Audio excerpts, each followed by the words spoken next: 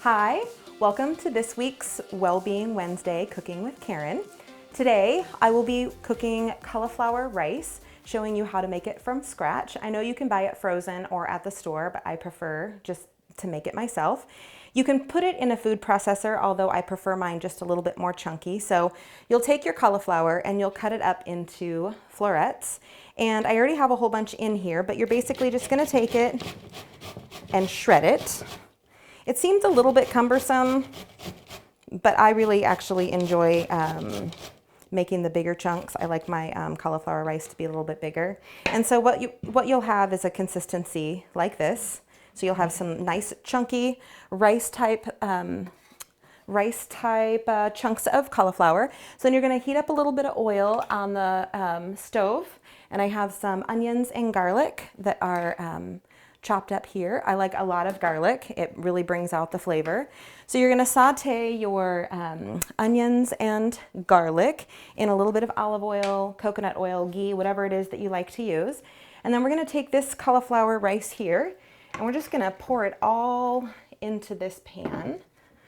So I'm gonna put this right here and then we're just gonna stir it.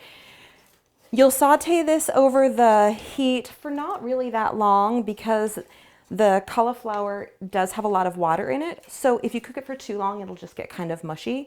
I like mine just a little bit crunchy so that it reminds me a little bit more of rice. It takes on a really good flavor, the same flavor as pretty much the onion and garlic. You can add salt, pepper. I also have some really great Flavor God seasoning. I think it's right here. That is a sugar-free seasoning. I got a bunch on sale over the Black Friday holiday, and it basically has onions, garlic, salt, chili peppers, cumin, coriander, and it's all natural, no sugar or preservatives. So you're basically just gonna cook your rice, just like this, and it's gonna look basically the same whether it's cooked or it's raw, which is actually kind of awesome. So you only have to just cook it to your liking, and then you can pour it in a bowl like this. And I'll give you a couple of options that I like to use with my cauliflower rice. One of my favorite things to do with cauliflower rice is use it in my poke bowls. So I like to buy the salmon grade poke. You can usually get it frozen at Winco. And I'll make my own poke with avocado and sriracha and a little bit of sesame oil. And then I pour it over my cauliflower rice and add some soy sauce. And it's just a really healthy alternative.